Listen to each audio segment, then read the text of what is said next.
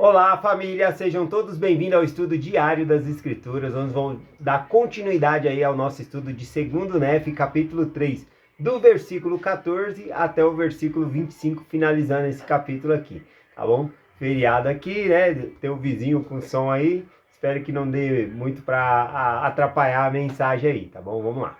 Então vamos lá, começando aqui no versículo 14, Leí ele está falando para o seu filho José, o filho caçula dele. E ele está falando que José do Egito, ele profetizou acerca de um vidente. E esse vidente que se levantaria nos últimos dias para restaurar o evangelho. E esse vidente é José Smith. Então a gente vai estar falando sobre essa parte aqui. Vamos lá, o versículo 14, então ele diz assim: E assim profetizou José, dizendo: Eis que o Senhor abençoará este vidente, e aqueles que procurarem destruí-lo serão confundidos, porque esta promessa que obtive do Senhor para o fruto de meus lombos será cumprida. Eis que estou certo do cumprimento dessas promessas. Ele repete 2 vezes, né, sobre o cumprimento dessa promessa. Então ele tem certeza que essa promessa se cumpriria, que nos últimos dias se levantaria um vidente por meio do Senhor, e ele traduziria, né, esses registros, teria esses registros, que é o livro de Mórmon. Então, José está profetizando sobre isso, e aqui Leí ele está ensinando ao seu filho sobre essa profecia aqui, tá bom? Continuando, ele diz no versículo 15, né, ele fala sobre o nome desse vidente, né? Essa é uma revelação, assim, uma profecia muito específica, né? Ele fala até o nome do vidente, ele coloca dessa maneira aqui: E seu nome será igual ao meu, e será chamado pelo nome de seu pai. Aqui a gente consegue enxergar 4 Josés, né, nesse versículo aqui. Por quê? Porque Leí, ele está falando ao seu filho caçula, José, né? E aí ele fala que José do Egito está profetizando sobre um vidente. E ele diz: e seu nome será igual ao meu. Então, o nome José, do José do Egito, né, que é o José filho de Jacó, né, das 12 tribos ali. Então, José diz: o nome desse vidente será igual ao meu. Então, o nome desse vidente teria que ser o mesmo nome que o dele, ou seja, José. E aí ele fala: e será chamado pelo nome de seu pai, né? E Joseph Smith, ele foi chamado pelo nome do pai dele, né? O pai do Joseph Smith chamava José Smith Sênior, né? E Joseph Smith Jr., por ser o filho ali dele mais novo. Interessante também, né, que nessas épocas, o primeiro filho homem recebia o nome do pai ali, né? Por exemplo, se eu tivesse um filho homem, eu colocaria o nome dele, por exemplo, de Vanderlei, né? Vanderlei Claudiano Júnior, né? Porque é o meu filho. Bom, enfim, o Joseph Smith não foi o primeiro filho, né, de Joseph Smith. Eu acho que foi o 5º, se eu não me engano. E veja só, mesmo assim, foi colocado o nome do próprio pai dele. Então, dessa maneira, se cumpre à risca essa profecia, porque ele recebe o nome de José, né? E ele é chamado pelo nome do pai dele, que é José também. Então, é incrível essa profecia aqui de José, né? E seu nome será igual ao meu, e será chamado pelo nome de seu pai. E ele será semelhante a mim, porque aquilo que o Senhor fizer através de sua mão, pelo poder do Senhor, levará meu povo à salvação. Bom, então aqui, assim como José no Egito, ele fez uma grande obra por meio do Senhor e salvou todos, né, da fome física, né, da fome por conta que ele armazenou o grão no Egito ali. Semelhantemente, ele está dizendo que Joseph Smith salvaria as pessoas no sentido dessa fome espiritual, porque ele faria esse trabalho para o Senhor, tá bom? Então ele fala dessa salvação aqui. Versículo 16. Sim, deste modo profetizou José.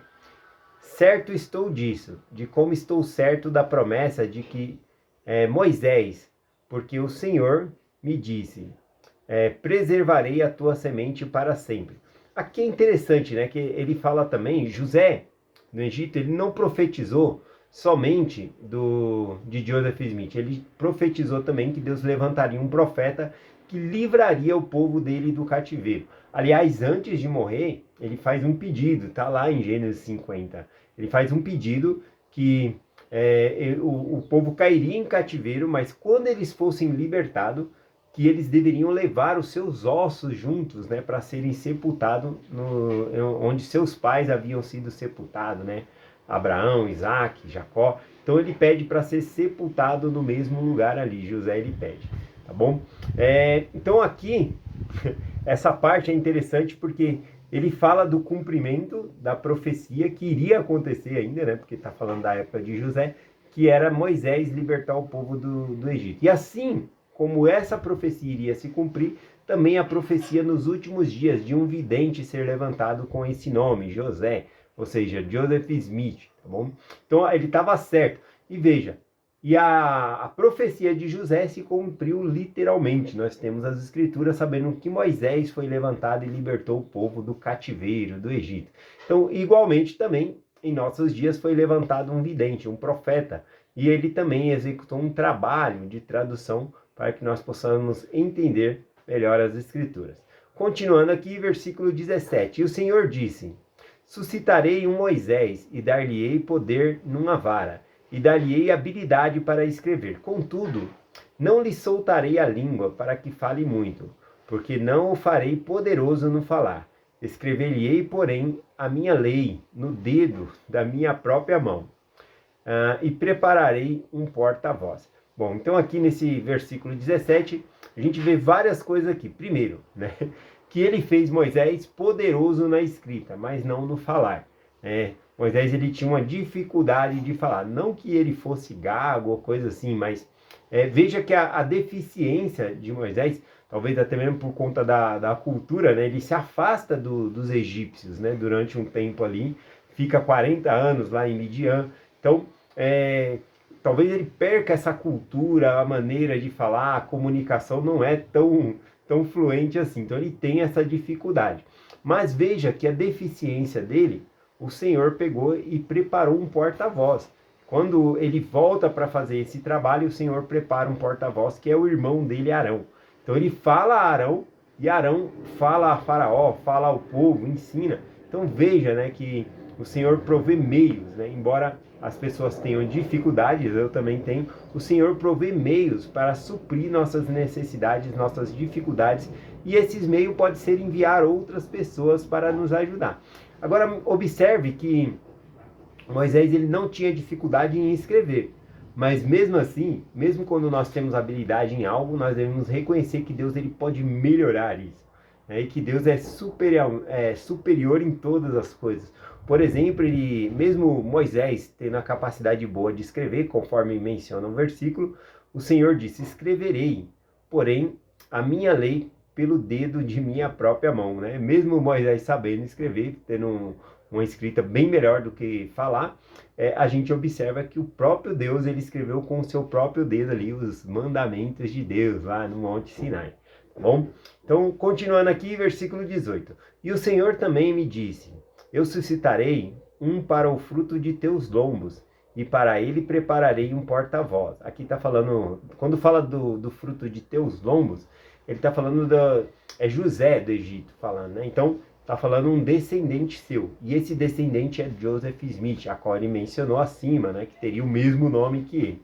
Então, ele fala que também seria preparado um porta-voz. Ele está fazendo uma comparação aqui entre Moisés e Joseph Smith. Eis que eu farei escrever um relato do fruto de teus lombos, para o fruto de teus lombos, né? Ou seja, ele vai traduzir as escrituras para nós. E o porta-voz dos seus lombos anunciá-lo-á. Assim como Moisés, ele precisou, né? E teve um porta-voz ali, que foi Arão.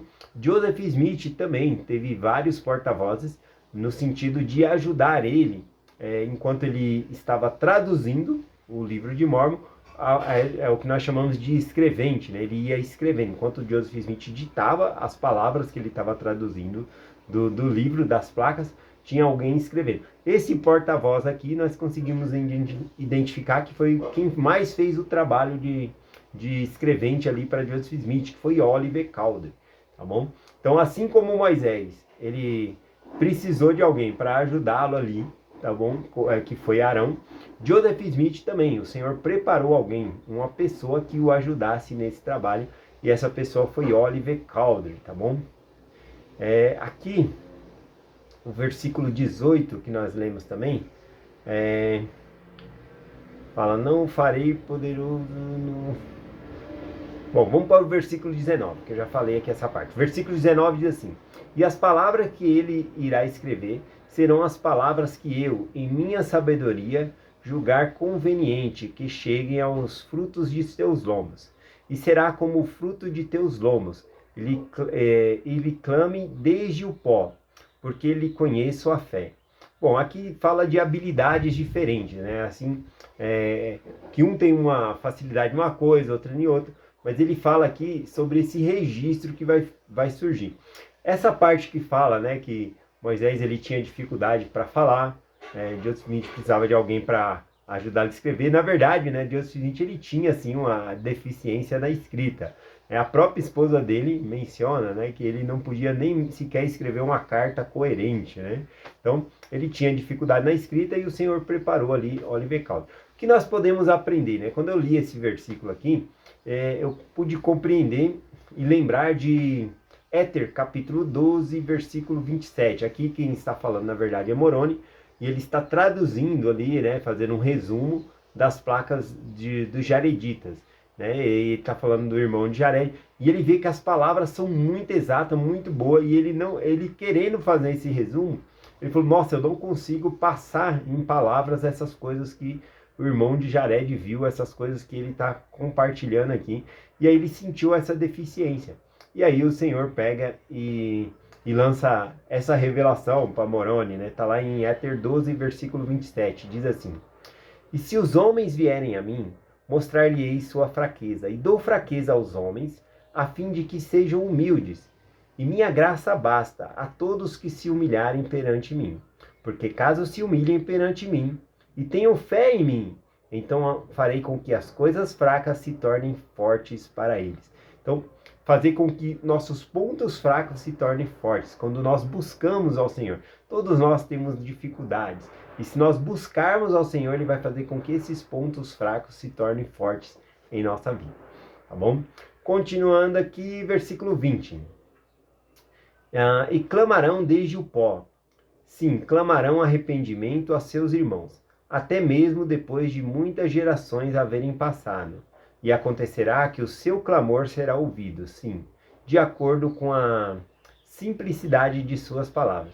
Bom, ele está falando aqui desse registro, né, que Joseph Smith iria traduzir, que ele clamaria, né, aos seus descendentes, mesmo depois de muitas gerações, né? Ou seja, depois de muitas gerações passadas, Joseph Smith traduziria esse registro e ele viria ao conhecimento dos descendentes dele aqui, tá bom? Aqui eu achei muito interessante da maneira que é colocado, né? Que fala que clamarão desde o pó, né? Aqui eu me lembrei de uma profecia lá em Isaías, tá bom? Isaías capítulo 29, que fala sobre o livro de Mórmon. Eu vou ler lá em Isaías capítulo 29, versículo 4. Eu vou ler parte por parte aqui desse versículo e já vou explicando.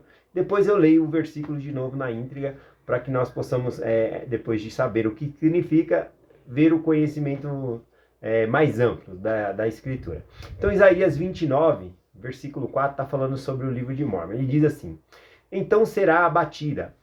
Quem será abatido? O povo será abatido, os nefitas. Esse registro que foi escrito em placas, essas placas que Nefi fez volumes aqui e deixou para que os seus descendentes fossem escritos, fossem escrevendo, passando de profeta para profeta. Então eles seriam abatidos, tá bom? Eles seriam mortos, e então esse registro foi escondido. E aí diz assim: E falará desde baixo da terra, e sua fala desde o pó sairá fraca. Falará debaixo da terra. Veja só, esse registro foi escondido. Do pó, ele vai sair do pó, debaixo da terra. É o único escrito que nós sabemos que saiu debaixo da terra, literalmente, né? As placas estavam embaixo da terra, uma grande pedra em cima, então ela estava enterrada, vamos colocar assim. Então ela sai debaixo da terra, né? E será a tua voz desde debaixo da terra com um espírito familiar. Aqui quando fala com um espírito familiar, significa que não é uma voz estranha. O livro de Mórmon é da casa de Israel, é da tribo de José. É José e Manassés, né? José e Manassés, não, os dois filhos de José, Manassés e Efraim, é a vara de José. Então, não é um livro de uma nação estrangeira que apareceu. Não, é da casa de Israel. Então é um espírito familiar, é isso que ele está falando aqui, né? Não é algo estranho na casa de Israel. E a tua fala sussurrará desde o pó. Mais uma vez citando que esse livro estaria enterrado e saiu de desde o pó, né, debaixo da terra. Então, lendo o versículo completo aqui, Isaías 29:4 diz: E então será abatida, falará desde o pó da terra, e sua fala desde o pó sairá fraca, e será a sua voz debaixo da terra, como um espírito familiar, e a tua fala suscitará desde o pó. Então é a profecia aqui em Isaías falando sobre o surgimento do livro de Mórmon. Eu gosto bastante de Isaías 29, que ele traz essa profecia bem claramente aqui. Aqui também, no versículo que nós terminamos de ler, o versículo 20, né, em 2 Néfio, capítulo 3, o versículo 20, também falou da simplicidade de suas palavras, ajudaria a entender, né, as escrituras. E eu amo o livro de Mórmon pela simplicidade da palavra dele, eu acho muito fácil compreender. Versículo 21 diz assim: E por causa de sua fé, suas palavras sairão de minha boca para os seus irmãos, que são um fruto de seus lombos. E a fraqueza de suas palavras eu darei força em sua fé, para que sejam lembrados os convênios que fiz com os teus pais. Eu acho interessante que ele fala que a fraqueza das palavras ele vai suprir com a fé. Nós sabemos que o livro de Mórmon ele é verdadeiro por meio de nossa fé, por meio de orarmos. A comprovação é algo espiritual, não é algo físico, né? Embora o livro esteja aí, você possa ler por si mesmo, tudo isso, mas a comprovação é espiritual, tá bom? O Senhor traz essa comprovação por meio de nossa fé. Versículo 22 em diante diz assim: E agora eis que meu filho José, deste modo profetizou meu pai da antiguidade. Portanto, por causa deste convênio, és abençoado, porque a tua semente não será destruída, pois darão ouvido às palavras do livro. Levantar-se-á entre eles um poderoso que praticará o bem, tanto em palavras como em obra, sendo um instrumento na mão de Deus, com fé extraordinária para operar grandes maravilhas e fazer o que é grandioso aos olhos de Deus, a fim de levar muitas restauração à casa de Israel. Levar muita restauração, no singular, né? À casa de Israel. E a semente de teus irmãos. E agora, bendito és tu, José. Eis que tu és pequenino. Ouve, pois, as palavras de teu irmão Nefe, ser-te-á feito de acordo com as palavras que proferi. Lembra das palavras de teu pai moribundo. Amém. Acho interessante que ele termina assim para ele lembrar as palavras do pai dele, né? No fim da vida ali. E também lembrar as palavras do irmão dele, que também sempre estava orientando e ajudando eles no caminho do bem ali, transmitindo a palavra do Senhor, tá bom? Nesses versículos que eu li, eu gostei bastante que ele fala: agora bendito és tu, José. Nós devemos sempre fazer a aplicação das escrituras a nós, né? Então, bendito és tu, Vanderlei, bendito és tu, Adriano, bendito és tu, colocar o nosso próprio nome aí. E aí fala: levantar-te-ei entre eles um poderoso que pratica o bem, não somente em palavras, mas em obra. Então, aplicando a nós mesmos, né, que seja assim: bendito és tu, porque Deus te levantou nesses últimos dias, embora o mundo do jeito que está, Ele te levantou poderoso para você praticar o que é bom, né? E não somente em palavras, mas também em obras.